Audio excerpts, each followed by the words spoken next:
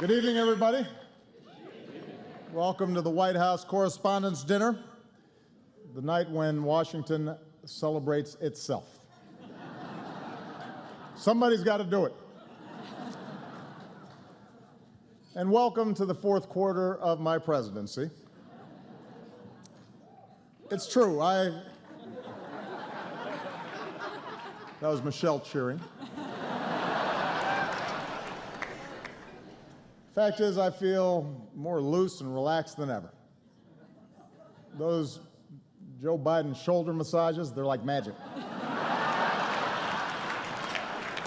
You should try one. Oh, you have?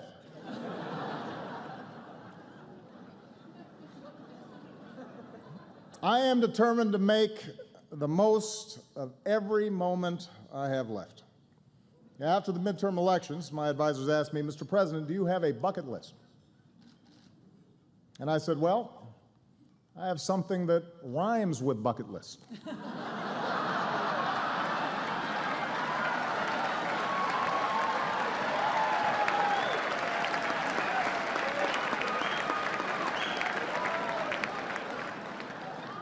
Take executive action on immigration?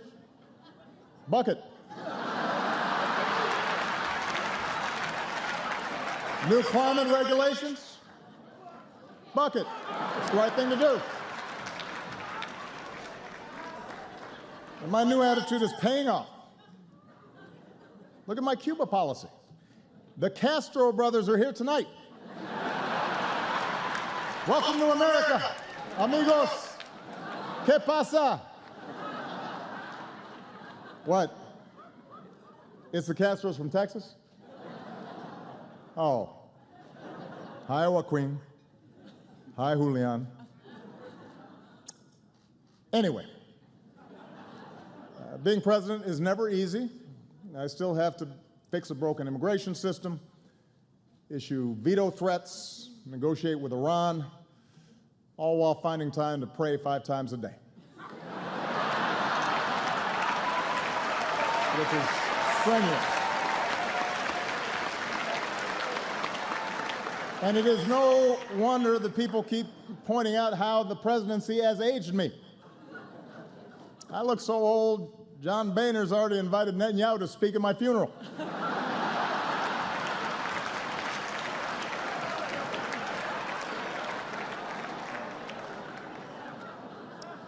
Meanwhile, Michelle hasn't aged a day.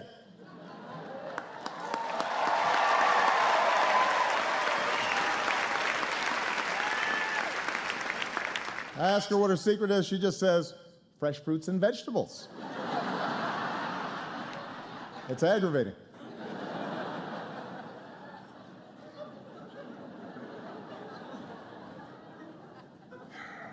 Fact is, though, at this point, my legacy is finally beginning to take shape. The economy is getting better. 9 in 10 Americans now have health coverage. Today, thanks to Obamacare, you no longer have to worry about losing your insurance if you lose your job. You're welcome, Senate Democrats.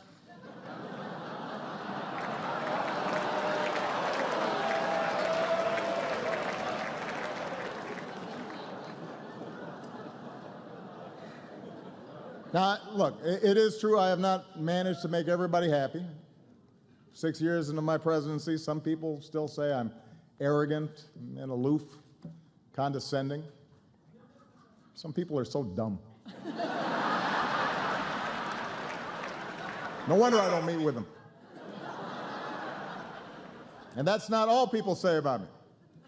A few weeks ago, Dick Cheney says he thinks I'm the worst president of his lifetime. Which is interesting because I think Dick Cheney is the worst president of my lifetime.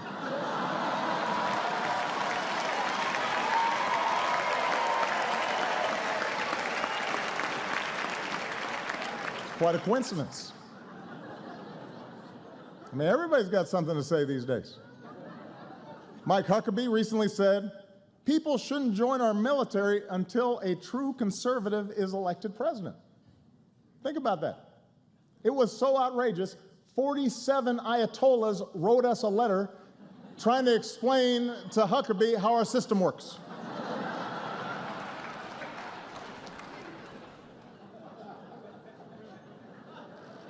It gets worse. Just this week, Michelle Bachmann actually predicted that I would bring about the biblical end of days. Now that's a legacy. That's big. I mean, Lincoln, Washington, they didn't do that.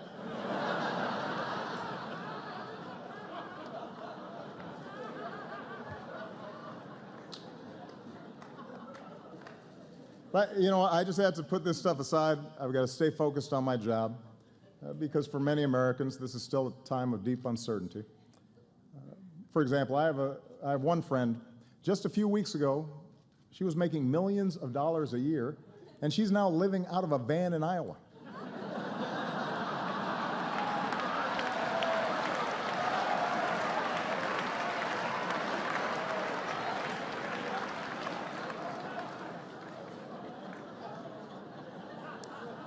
Meanwhile, back here in our nation's capital, we're always dealing with new challenges. I'm happy to report that the Secret Service, thanks to some excellent reporting by White House correspondents, they're really focusing on some of the issues that have come up, and they finally figured out a foolproof way to keep people off my lawn. There it is.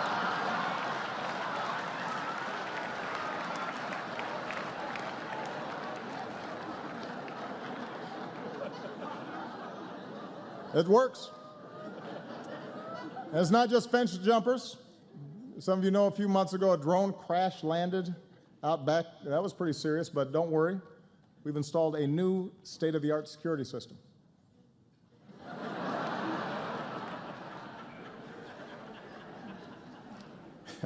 You know what? Let me set the record straight. You know, I tease Joe sometimes, but he has been at my side for 7 years. I love that man. He's not just a great vice president, he is a great friend. We've gotten so close in some places in Indiana, they won't serve us pizza anymore.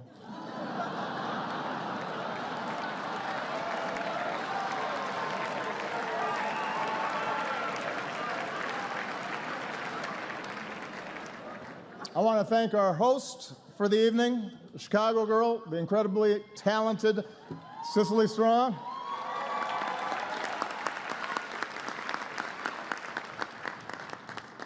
On Saturday Night Live, Cicely impersonates CNN anchor Brooke Baldwin, which is surprising because usually the only people impersonating journalists on CNN are journalists on CNN.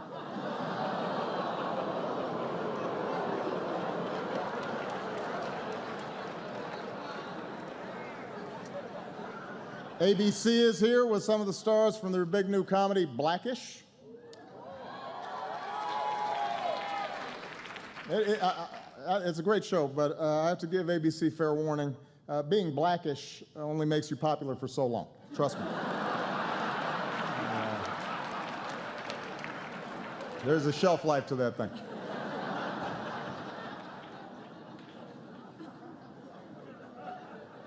As always, the reporters here had a lot to cover over the last year. Here on the East Coast, one big story was the brutal winter. The polar vortex caused so many record lows, they renamed it MSNBC.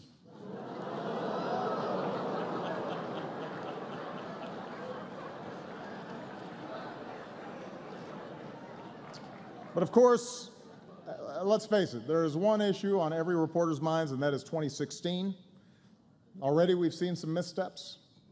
It turns out Jeb Bush identified himself as Hispanic back in 2009. Which, you know what, look, I understand. It's an innocent mistake. Reminds me of when I identified myself as American back in 1961.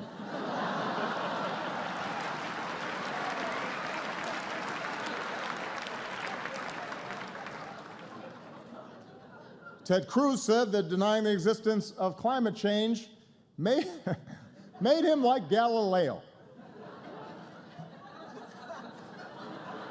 Now, that's not really an apt comparison. Galileo believed the Earth revolves around the sun. Ted Cruz believes the Earth revolves around Ted Cruz. And just as an aside, I want to point out, when a guy who has his face on a hope poster calls you self-centered, you know you've got a problem. The narcissism index is creeping up a little too high. Meanwhile, Rick Santorum announced that he would not attend the same-sex wedding of a friend or a loved one, to which gays and lesbians across the country responded, "That's not going to be a problem." Don't sweat that one.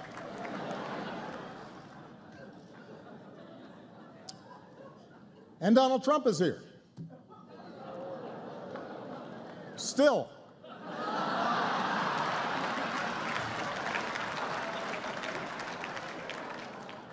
Anyway, it's amazing how time flies.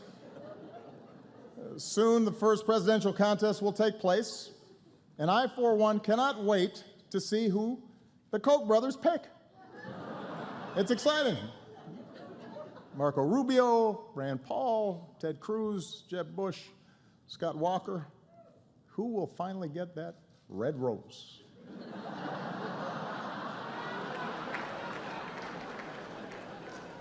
The winner gets a $1 billion war chest. The runner-up gets to be the Bachelor on the next season of The Bachelor. I mean, seriously, $1 billion from just two guys. Is it just me, or does that feel a little excessive? I mean, it's almost insulting to the candidates. The Koch brothers think they need to spend $1 billion to get folks to like one of these people. It's got to hurt their feelings a little bit. And look, I know I've raised a lot of money too, but in all fairness, my middle name is Hussein. What's their excuse?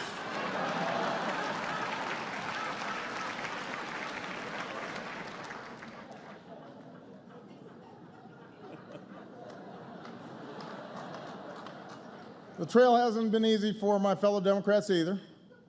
As we all know, Hillary's private emails got her in trouble. Frankly, I thought it was going to be her private Instagram account that was going to cause her bigger problems.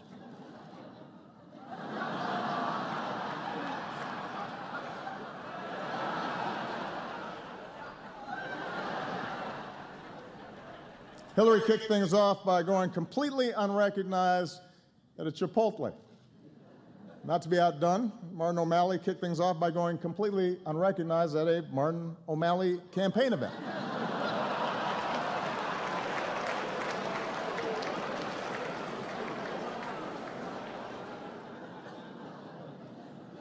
And Bernie Sanders might run. I like Bernie. Bernie's an interesting guy. Apparently, some folks really want to see a pot-smoking socialist in the White House. We could get a third Obama term after all. Could happen.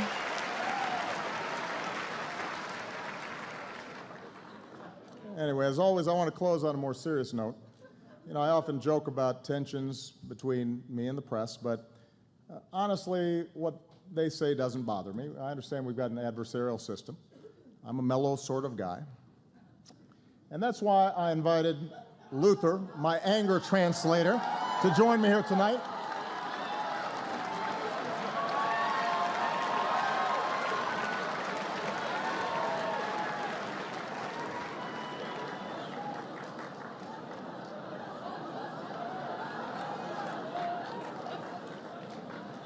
Hold on to your lily white butts. In our fast-changing world, traditions like the White House Correspondents' Dinner are important. I mean, really? What is this dinner? And why am I required to come to it? Jeb Bush, do you really want to do this? Because despite our differences, we count on the press to shed light on the most important issues of the day. And we can count on Fox News to terrify old white people with some nonsense. Sharia law is coming to Cleveland, run for the damn hills. Y'all's ridiculous. We won't always see eye to eye. Oh, and CNN, thank you so much for the wall-to-wall Ebola coverage. For 2 whole weeks, we were one step away from The Walking Dead. And then you all got up and just moved on to the next thing. That was awesome. Oh, and by the way, just if you haven't noticed, you don't have Ebola. But I still deeply appreciate the work that you do. Y'all remember when I had that big old hole in the bottom of the Gulf of Mexico, and then I plugged it? Remember that? Which Obama's Katrina was that one? Was that 19, or was it 20, because I can't remember. Protecting our democracy is more important than ever. For example, the Supreme Court ruled that the donor who gave Ted Cruz $6 million was just exercising free speech. Yeah, it's the kind of speech like this. I just wasted $6 million. And it's not just Republicans. Hillary will have to raise huge sums of money, too. Oh, yeah. She gonna get that money. She gonna get all the money. Khaleesi is coming to Westeros.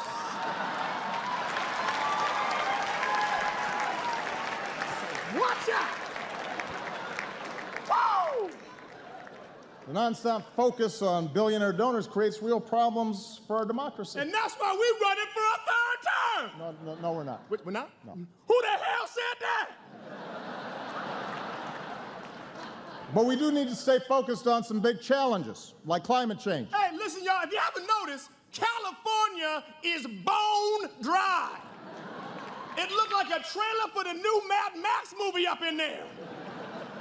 Y'all think that Bradley Cooper came here because he wants to talk to Chuck Todd? He needed a glass of water. Come on. The science is clear. The science is clear. 9 out of the 10 hottest years ever came in the last decade. Now, I'm not a scientist, but I do know how to count to 10. Rising seas, more violent storms. You got mosquitoes, sweaty people on the train stinking it up. It's just nasty. I mean, look at what's happening right now. Every serious scientist says we need to act. The Pentagon says it's a national security risk. Miami floods on a sunny day, and instead of doing anything about it, we've got elected officials throwing snowballs in the Senate. Okay, Mr. Okay, I think I got it, bro. It is crazy. What about our kids? What kind of stupid, short-sighted, irresponsible bull? Whoa! Hey! What? Okay, no, hey.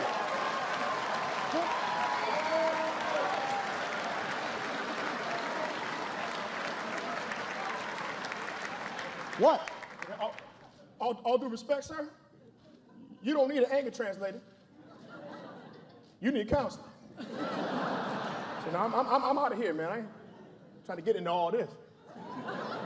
Go.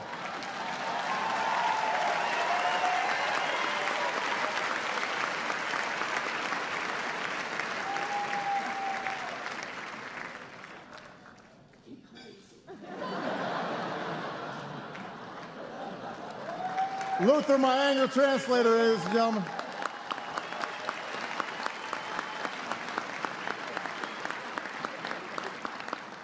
Now that I got that off my chest. You know, investigative journalism, explanatory journalism, journalism that exposes corruption and injustice and gives voice to the different and the marginalized, the voiceless. That's power. It's a privilege. It's as important to America's trajectory, to our values, our ideals, than anything that we could do in elected office. We remember journalists we lost over the past year. Journalists like Stephen Sotloff and James Foley, murdered for nothing more than trying to shine a light into some of the world's darkest corners.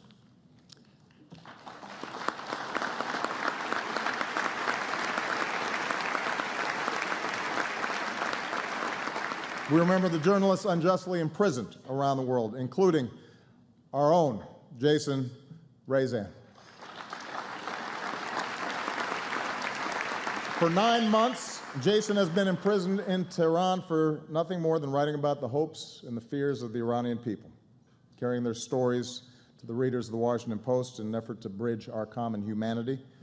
As was already mentioned, Jason's brother Ali is here tonight, and I have told him personally we will not rest until we bring him home to his family, safe and sound.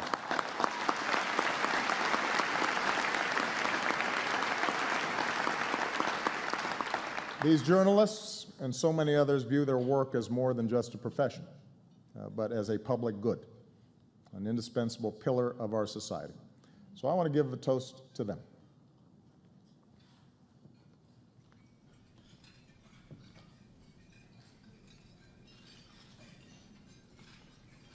I raise a glass to them and to all of you with the words of the American foreign correspondent Dorothy Thompson. It is not the fact of liberty, but the way in which liberty is exercised that ultimately determines whether liberty itself survives. Thank you for your devotion to exercising our liberty and to telling our American story. God bless you. God bless the United States of America.